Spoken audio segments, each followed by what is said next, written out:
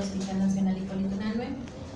Siempre me toca iniciar este capítulo de cardiología, así que siempre me toca darles también la bienvenida y usualmente también la despedida del capítulo. Sinceramente, deseo de todo corazón que les sea muy útil.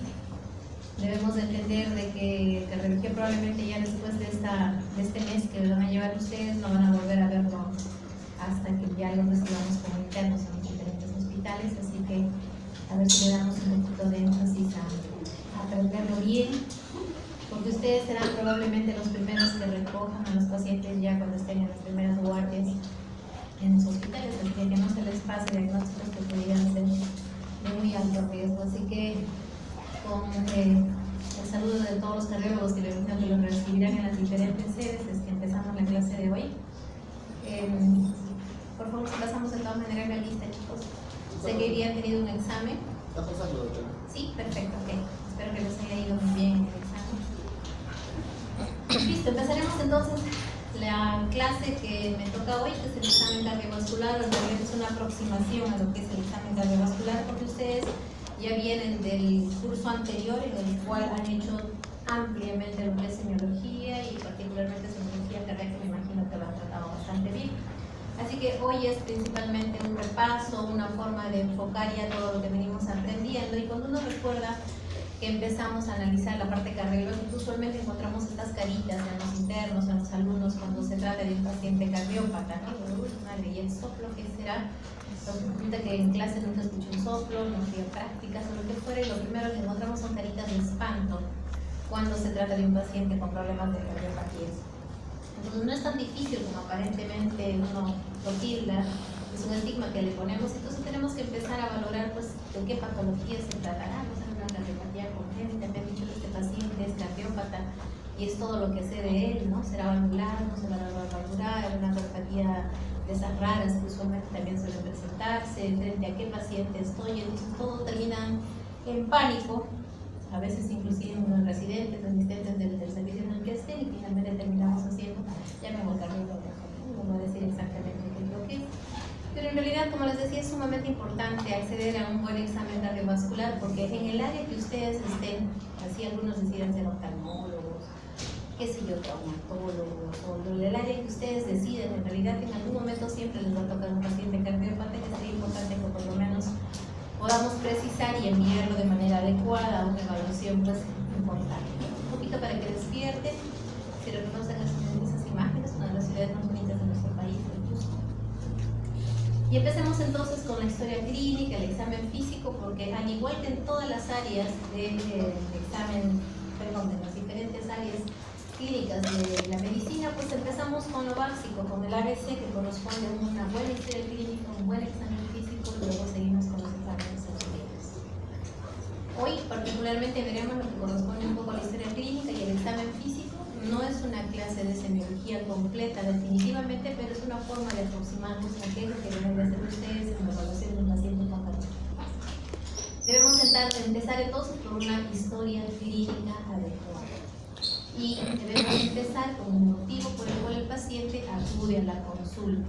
Obviamente va a ser muy diferente si estoy en una sala de urgencias, si estoy en emergencia, o si estoy en consulta externa, donde probablemente voy a poder tener un poco más de tiempo para explayarme en hacer una muy buena anamnesis.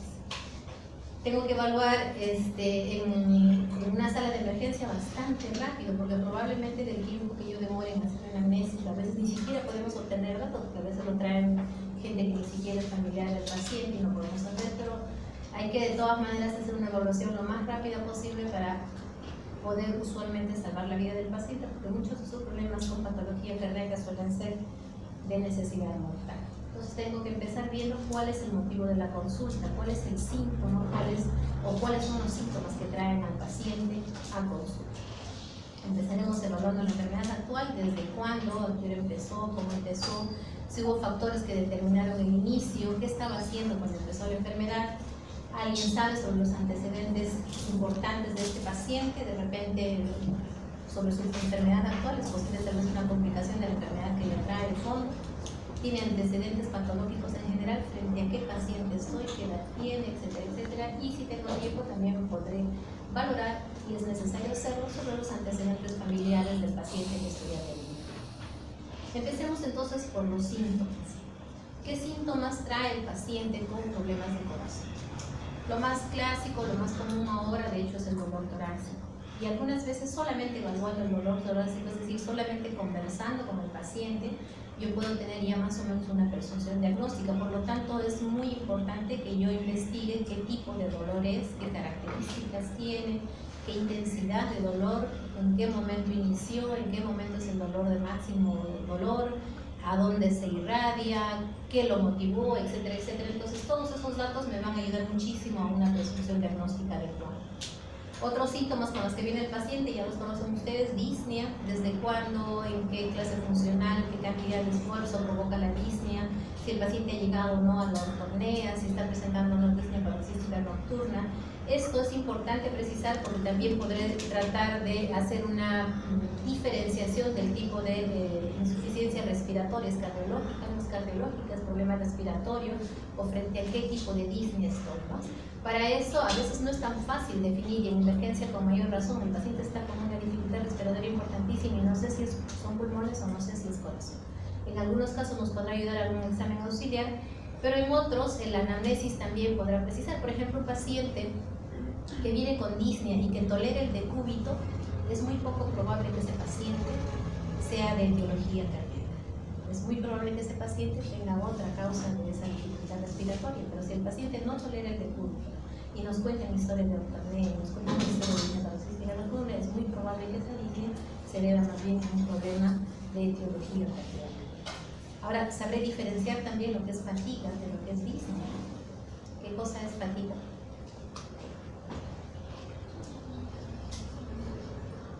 ¿Cómo haré la diferenciación entre disnea y fatiga? Disnea es la dificultad respiratoria, ¿no es cierto? Es falta de aire. Y fatiga es cuando el paciente le dice que lo que siente es cansancio, que es diferente. Entonces hay que precisar, el paciente le va a decir, me canso, pero ¿cómo es que se cansa? ¿Le falta el aire cuando usted hace ese esfuerzo? ¿Es como que tiene dificultad de respirar? ¿O es que se siente con agotamiento? Eso me va a poder también diferenciar más o menos la etiología del problema.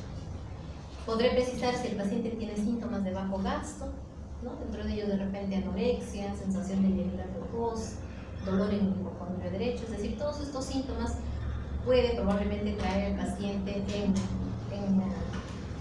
cuando acude a consulta o en emergencia, ¿no? O muchos otros pacientes de repente son asintomáticos, como que nos ha pasado hace poquito, ¿no? Un paciente que es referido para riesgo quirúrgico por un problema de próstata, un paciente de 78 años, y en la evaluación encontramos historia de síncope que no le vea importancia, o 1 o 2 episodios por ahí, y resulta que tiene una estenosis aórtica crítica, severísima, y el paciente simplemente no le toma importancia, ¿no? O otros pacientes que vienen totalmente asintomáticos, muchas veces también en chequeos, que ahora la mayoría de empresas, la mayoría de inclusive clubes de deportes están enviando a los pacientes a chequeos cardiovasculares, y yo sorpresa encontramos patologías serias. Entonces tenemos que ser muy exhaustivos en la forma en que evaluamos a los pacientes, ¿okay? Entonces, si yo hago una buena anamnesis, yo ya voy a saber el por qué viene el paciente a consulta, y probablemente a partir de ahora yo ya voy a poder hacer en mi cabecita una agrupación de síntomas. ¿Y cómo se llama la agrupación de síntomas? Voy a empezar a presentar síndromes, ¿no es cierto? Y de acuerdo a eso empezaré a analizar el caso. Ya probablemente yo, conociendo los síntomas del paciente, voy a tratar de buscar lo mejor posible en el examen físico. Vayamos entonces al examen físico, ¿no? ¿Cómo debo de empezar el examen físico? Como en todas las especialidades. Una buena inspección, cómo está el paciente, qué actitud tiene. Tiene actitud, por ejemplo, de una posición de anestesia, qué sé yo, ¿no? De repente alguna actitud que ya me esté avisando que el paciente está comprometido. Entonces la inspección en cardiología es sumamente importante. Después de la inspección procederé a la palpación. Debo de examinar bien al paciente, pero además también deberé precisar particularmente el área precordial y todas las regiones de los pulsos posibles. Pulsos venosos, o mejor dicho, las vías venosas o los pulsos arteriales. Después de ello realizaré perfusión, aunque les voy contando que en el día a día nosotros en realidad no percutimos corazón, por ejemplo, no es muy útil. Entonces muchas veces percutimos tal vez pulmones, pero no necesariamente el área cardíaca. Y finalmente la auscultación, que es fundamental particularmente en este capítulo de hoy. ¿Listo? Observamos. Y entonces vamos a ver la postura del paciente. ¿Qué hábito constitucional tiene el paciente? ¿Será pícnico? ¿Será adelgazado? ¿Será extremadamente adelgazado? Valoraremos la coloración de la piel, de repente muy pálido, de repente con cianosis en alguna región del cuerpo. Valoraré la presencia o no de edemas. No solamente en miembros inferiores podemos encontrar edemas, también en zonas de declive, así que hay que tener mucho cuidado, sobre todo en pacientes que han estado postrados los días previos, porque puedo mirar en los pies y que el paciente puede no tener nada de edemas en los pies y sí tener una gran cantidad de edemas en las zonas de declive. Valoraré la presencia de dificultad respiratoria o no, como ya hemos visto anteriormente. Eliminar el cuello, hay o no hay incurgitación yugular, hay algún impulso que me llame la atención, de repente tiene danza arterial, ¿no? Un impulso importante a nivel arterial. Entonces la inspección, que es sumamente importante. Entonces viendo este paciente, que es una imagen muy clásica, vamos a ver que ese paciente tiene una fascies importante, ¿no? Está sufriendo el paciente, no puede estar echado. Entonces una posición que lo va a ayudar a mantenerse más o menos respirando es esta posición que adopta el paciente. Y eso que nos está hablando probablemente que su disnea es bastante importante. ¿Y a qué particularmente obedece la disnea? A patologías de falla del lado izquierdo del corazón, que provocan usualmente congestión pulmonar. Entonces, disnea va asociada usualmente a problemas del lado izquierdo del corazón. Si veo esta otra paciente, probablemente no tan disneica, probablemente sí bastante edematosa, como está descrita en este gráfico. Miren, vemos prácticamente en todo el organismo. Todos los edemas que me van a llevar a sospechar. ¿Habrá insuficiencia cardíaca como parte del problema? Probablemente sí. ¿Y qué patologías me van a llevar probablemente a presentar edemas y probablemente a falla derecha? Aquellas patologías que alteren el ventrículo derecho. ¿Okay? Entonces, si yo encuentro en un paciente disnea, en mi cabecita lo primero que se me ocurre son todas aquellas patologías que puedan afectar el ventrículo izquierdo. Si encuentro edemas, en mi cabecita se ponen todas aquellas patologías que puedan afectar el ventrículo derecho. Y si encuentro ambas cosas, obviamente probablemente sea una insuficiencia cardíaca mixta, tanto del ventrículo derecho como del ventrículo izquierdo. ¿Okay? Que son las más frecuentes. Si encuentro un paciente totalmente adelgazado, probablemente también estoy pensando ya en patologías de larga edad, tal vez patologías inclusive ya en el extremo de la evolución de la enfermedad. Y así se describe la famosa caquexia cardíaca, que todavía la vemos lamentablemente. Entonces veo un paciente muy adelgazado que está con disnea, entonces lo primero que pienso es, de repente ya llegamos tarde, ¿no? De repente ya es una patología tremendamente avanzada que ya está comprometiendo inclusive el estado de presión del paciente. Evaluaremos la presencia de cianosis, evaluaremos siempre, hay que mirarle la mano, hay que evaluar la posibilidad de cianosis inclusive periférica. Aún se ven esos dedos en palillo de tambor, aún se ven este tipo de uñas, ¿no? Entonces examino de manera integral al paciente. La ingurgitación yugular, que debería valorar en un paciente más o menos a 45 grados, no es en posición de cúbito dorsal facial, sino más o menos a 45 grados levantado, y si la ingurgitación persiste, es una ingurgitación positiva. La presencia de edemas, como hemos comentado ya anteriormente. Y luego tengo que precisar de manera más precisa, de la redundancia, la inspección del área precordial. Encontraré impulsos de repente se ve muy bien el choque de punta, de repente no. De repente se ven otras deformidades, como por ejemplo es característico en algunos niños encontrar estos tipos de tórax, que si bien es cierto no siempre van asociados con patologías cardíacas, pero sí pueden ver alteraciones importantes, particularmente en el ventrículo derecho. ¿Ok? Vayamos entonces de manera activa ya a hacer el examen físico. Ya hemos visto la inspección y ahora iremos a la palpación particularmente. Al evaluar el tórax, tengo que tratar de buscar siempre primero el impulso ventricular izquierdo. ¿Okay? Y eso se palpa con el pulpejo de los dedos. El pulpejo de los dedos es muy sensible para percibir los impulsos. Y tengo que buscar dónde se encuentra habitualmente el impulso ventricular izquierdo de manera normal.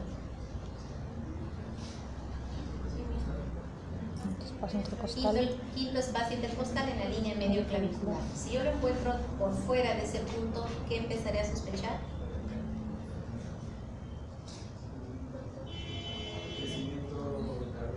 Crecimiento crecimiento probablemente del ventrículo izquierdo, ¿cierto? Entonces, habitualmente el impulso ventricular izquierdo se palpa a nivel del quinto espacio intercostal, a nivel de la línea medio clavicular. Si está por fuera o está por dentro, ya me está dando alguna idea de la patología que puede haber. Y luego palpo el impulso ventricular derecho. Para eso tengo que poner la porción de la palma de la mano en más o menos a nivel del precordio, y es preferible no poner directamente los dedos pegados al tórax, sino más bien teniendo los dedos un poco sueltos, porque así van a percibir mejor la vibración. Si ustedes hacen esto ahora y todos tratan de palparse la región precordial, háganlo por favor y me ayuden. ¿Qué sienten? Supongo que la mayoría nada, ¿verdad? Y si alguno siente algo, le busca para evaluar qué es lo que tiene. Porque si uno percibe, si yo me pongo y mi corazón está normal, no debo de percibir nada. Pero si yo siento un pequeño impulso ahí, algo que me toca ahí, eso ya me está diciendo que probablemente el ventrículo derecho esté creciendo. ¿Okay? Entonces es importante palpar. ¿Qué más tengo que palpar en tórax? Pongo mis deditos entre las regiones intercostales con la posibilidad de palpar los ruidos cardíacos de alguna manera, pero principalmente la posibilidad de trills. ¿Qué son los trills? O los frémitos. Trill o frémito es lo mismo. ¿Qué es el trill? ¿Ven, chicas, por allá? Sacando la cara por Frémito cardíaco. ¿Qué es trill o frémito? ¿Se acuerdan? ¿No? Es la palpación de los soplos. No sé si han palpado ya alguna vez trills. No es muy frecuente, pero al poner los dedos entre los espacios intercostales, si existe trill, voy a sentir exactamente igual como el ronroneo del gato. Así lo describen los libros y es así como se siente. Están palpando un gatito que ronronea, se siente como un, no sé, un ronroneo del gato. Es exactamente como se sienten los trills, que son manifestaciones de un soplo importante. Esto inclusive me sirve para poder clasificar el grado del soplo, ¿no es cierto? ¿En cuántos grados se clasifican los soplos? 3. ¿Quién da más? ¿Quién da menos? 6. ¿Quién da más? En 6 grados, ¿ok? Empecemos a describirlos. Chicos, creo que les han dado el examen de hoy día. 1 es cuando hay varios investigadores y algunos escuchan y otros no escuchan, entonces medio que queda en duda, es decir, es un soplo bastante suave. 2 es el soplo que escuchan todos, pero con un tono bajo. 3 lo escuchan todos, obviamente, con un tono alto. 4 lo escuchan todos, es un tono alto y además palpotrill, ¿ok? O frémito, ese es el grado 4. 5, cuando yo pongo el estetoscopio de costadito y escucho el soplo. Y 6, cuando pongo el estetoscopio no pegado a la piel, sino un poco por encima de la piel y escucho el soplo. Bueno, esa es la forma en que se clasifican el grado de los soplos, ¿no es cierto? Creo que me estoy adelantando, ojalá que haya algunas láminas al respecto. Luego, ¿qué más palpo? Los pulsos. No se olviden de palpar los pulsos en todo paciente. ¿Listo? Habíamos dicho que la percusión, de verdad que no es muy útil, así que no voy a detenerme en explicarles al respecto. Y ahora sí viene lo que es la auscultación, lo que todos tememos cuando nos enfrentamos frente a un paciente con problemas de corazón, ¿no? ¿Cuáles son las áreas de auscultación? Estas son las clásicas, las más comunes: foco aórtico, más o menos en el segundo espacio intercostal, en la línea paraesternal derecha; foco pulmonar; foco tricuspidio; foco mitral en el quinto espacio; y aquí existe un foco que se denomina el accesorio aórtico. Algunas patologías aórticas se escuchan mucho mejor aquí que en el foco aórtico. Entonces estos focos son los que tienen que recordar y que tienen que de todas maneras auscultar. Si ustedes desean empezar por acá, no hay problema. Desean empezar por acá, no hay problema. Lo importante es que no se les pase ninguno. Y en cada área de auscultación tengo que precisar cómo está el primero y el segundo ruido, existe tercero o cuarto ruido, existe algún otro ruido que no sean el primero y el segundo, ¿no? Y tengo que tratar de precisar, si es que encuentro algo, en cuál de las áreas de auscultación se escucha más fuerte lo que estoy escuchando. Entonces, Cardiología no es tan complejo como parece a muchos. Hay algunos que le agarran bronca a cardiología y en realidad cardio es casi lógico. Si ustedes se aprenden muy bien el ciclo cardíaco, les va a salir todos los otros, les va a salir todas las patologías. ¿Okay? Fisiología, ciclo cardíaco y luego van pensando más o menos cómo hacer. Entonces, este gráfico que nos estaría mostrando, ¿qué tiempo sería? Sístole, diástole. Diástole, simplemente porque están abiertas las válvulas atrioventriculares, la sangre está pasando de las aurículas hacia los ventrículos, inicialmente por presión, que es la primera fase de llenado, es una fase de llenado rápido, aumenta la presión en las aurículas, vence la presión en los ventrículos y la sangre fluye libremente de las aurículas a los ventrículos. Es la primera parte de la diástole, ¿ok? Luego empieza la sístole auricular, las aurículas se contraen y terminan de escurrir su contenido de las aurículas a los ventrículos. Es la segunda fase de llenado, ¿ok? Siempre y cuando el paciente esté en ritmo sinusal. Posteriormente hay una fase de contracción isovolumétrica. Están todas las válvulas cerradas y empiezan a producirse la contracción a nivel ventricular, pero no hay cambio de flujos, no hay cambio de volúmenes.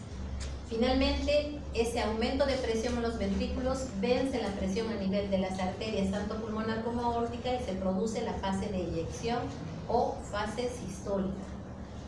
Nuevamente la fase de relajación, y la fase de relajación inicial tampoco hay cambio de volúmenes, entonces se llama fase de relajación isovolumétrica. Otra vez las 4 válvulas cerradas y el corazón nuevamente empieza a dilatarse. Las aurículas se están llenando de manera continua, empieza a subir la presión a nivel de las aurículas, vence nuevamente la presión en los ventrículos y otra vez todo el ciclo cardíaco. Entonces la fase diastólica tiene 2 momentos importantes. El primer momento simplemente por cambio de presión, ¿ok? Mayor presión en las aurículas, vence la presión en los ventrículos y se vacía su contenido. Y la segunda fase es cuando las aurículas se contraen. En el electrocardiograma, como se ven las ondas, las aurículas que se contraen. No sé si han hecho ya electrocardiograma, ¿no? La onda P. La onda P es contracción auricular y la onda P es la segunda fase de llenado diastólico. Y así de simple, fase sistólica, fase diastólica, con todo lo que ya hemos relatado ahora, ¿no? Entonces, de acuerdo a eso, existe primer y segundo ruido normalmente, puede haber tercero y cuarto ruido, no siempre es normal, pero puede haber algunos casos en los que sí sea normal. Y el primer ruido, ¿por qué se produce?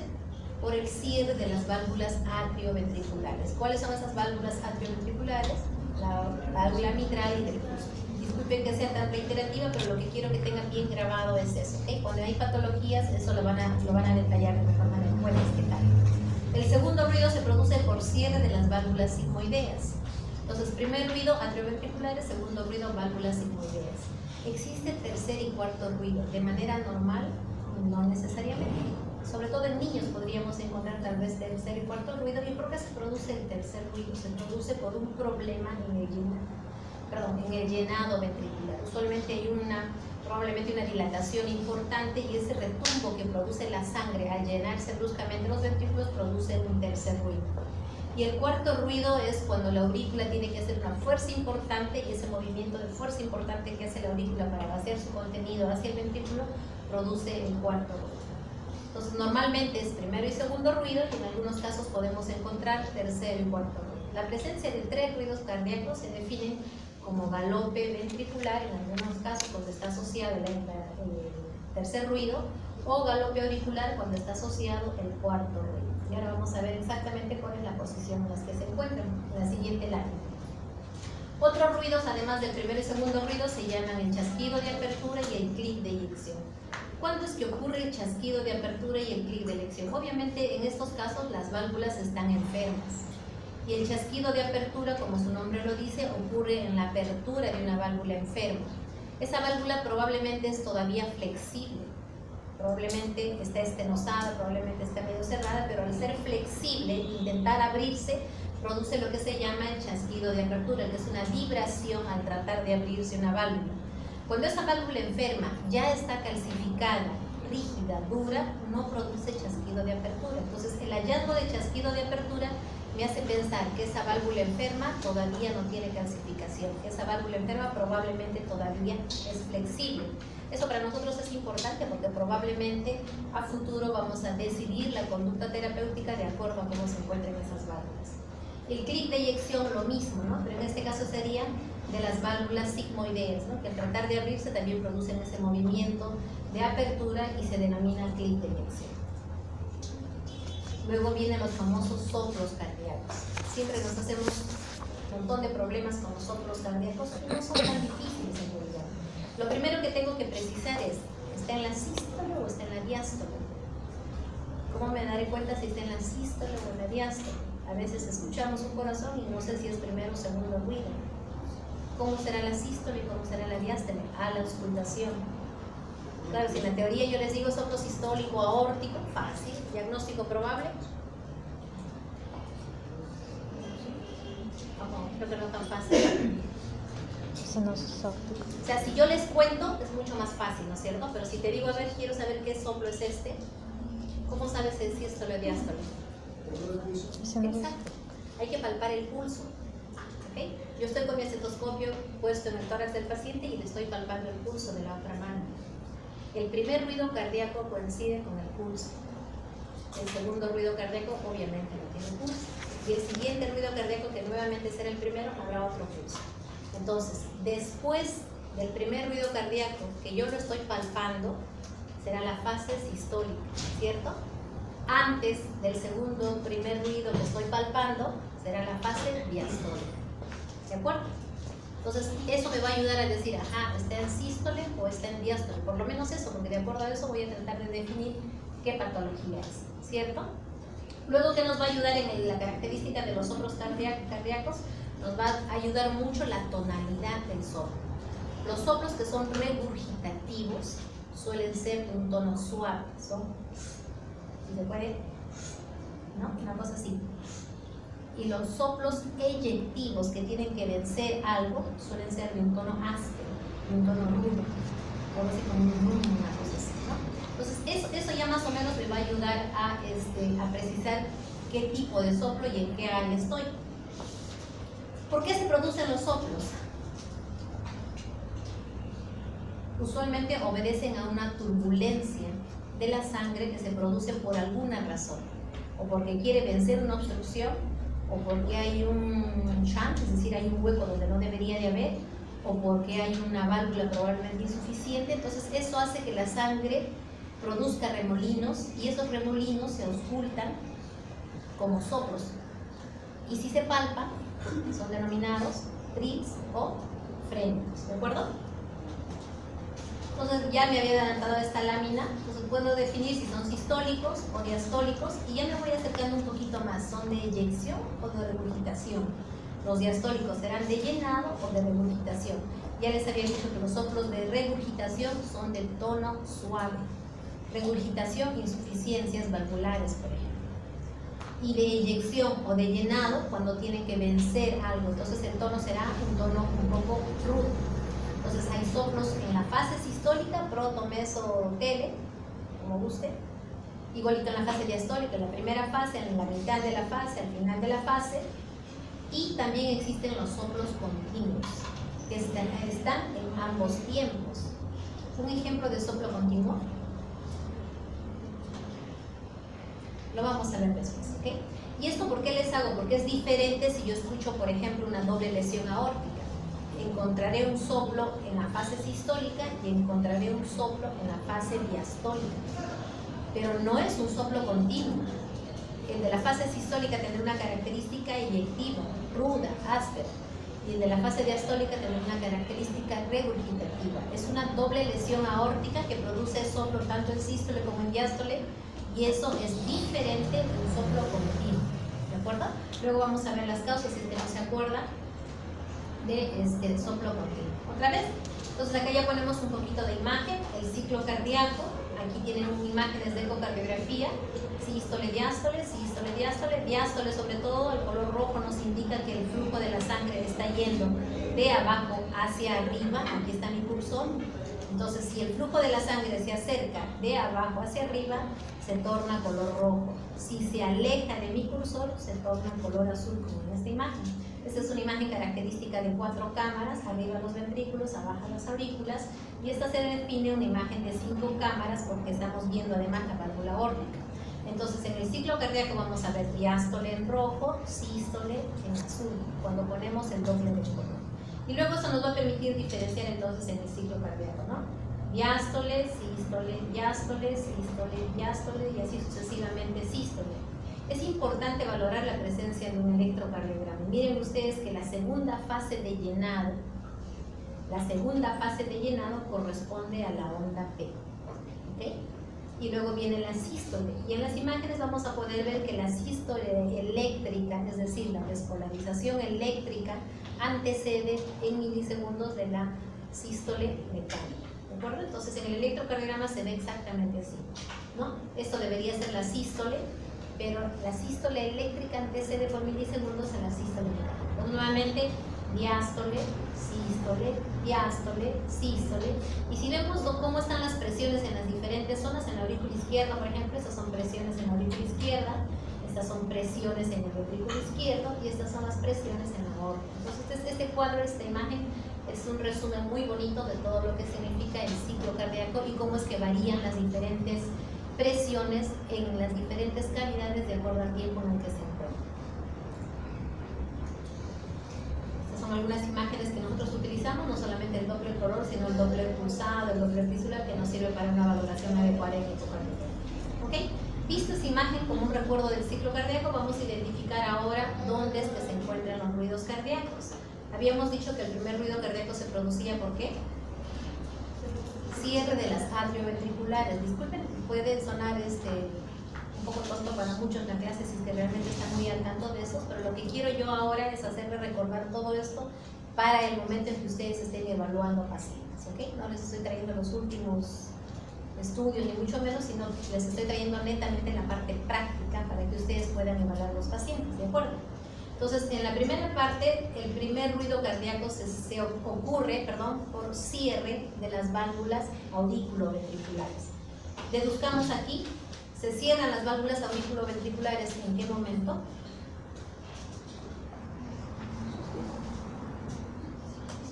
Cuando terminó la fase de llenado, cuando empieza a contraerse los ventrículos, se cierran las válvulas. Empiezan a contraerse los ventrículos, empieza a subir la presión en los ventrículos, vencen la presión en los vasos grandes, ¿no? Y aquí es donde ocurre el primer ruido cardíaco por cierre de las válvulas auriculoventriculares. Listo. Termina de eyectar, termina de aumentar la presión a nivel ventricular, vence la presión en los vasos y luego se cierra. Toda esta es la fase sistólica. Aumenta la presión, eyecta completamente su volumen porque venció la presión a nivel de los vasos, a tanto aorta como pulmonar, y luego se cierran las válvulas. Entonces aquí ocurrirá el segundo ruido cardíaco. Entonces nuevamente, primer ruido cardíaco, aumento de presión en las cámaras ventriculares, se cierran las válvulas válvulas sigmoideas, segundo ruido, ¿no? Primero y segundo ruido. Entonces entre el primero y el segundo ruido, sístole, después del segundo ruido, diástole, ¿ok? Y el cuarto ruido, ¿por qué hemos dicho que se produce? Por contracción auricular importante, estará antecediendo el primer ruido. Y el tercer ruido, ¿por qué se produce? Por falla de llenado del ventrículo, de los ventrículos. Entonces tenemos primero